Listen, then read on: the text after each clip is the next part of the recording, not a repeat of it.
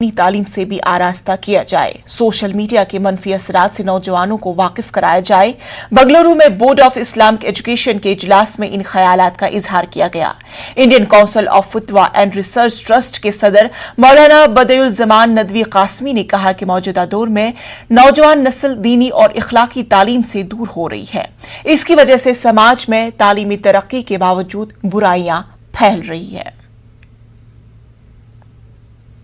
पूरी दुनिया में इस बात की कोशिश हो रही है कि नई नस्ल को दीनी तालीम से दूर करके उनमें बददीनी और बदअमली पैदा की जाए। लेकिन हमें बिल्कुल मायूस होने की ज़रूरत नहीं है। जमात इस्लामी ने ये काम पूरी हिम्मत, पूरे हौसले, पूरे जज्बे के साथ शुरू किया है और ये प्रोग्राम अभी कई दिनों तक चलेगा।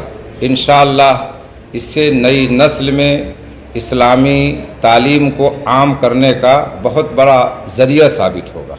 गुज़िश्ता 2002 से बोर्ड ऑफ इस्लामिक एजुकेशन के ज़रिए जमात इस्लामी हिंद एक अहम मसले के हल के तौर पर इस्लामी कोर्सेज़ का आगाज़ की है।